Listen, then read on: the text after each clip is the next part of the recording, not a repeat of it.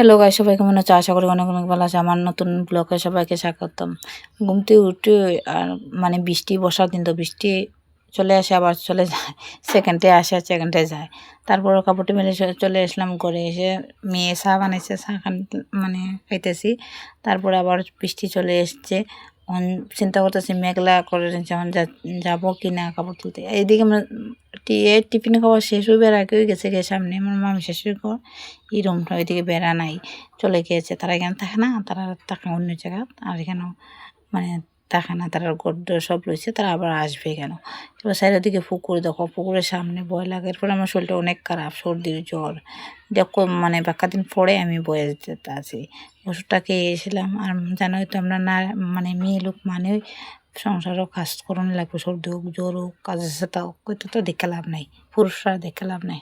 তো গড়াই হবো, কী করছো আস্তে দিন কি তা করলে।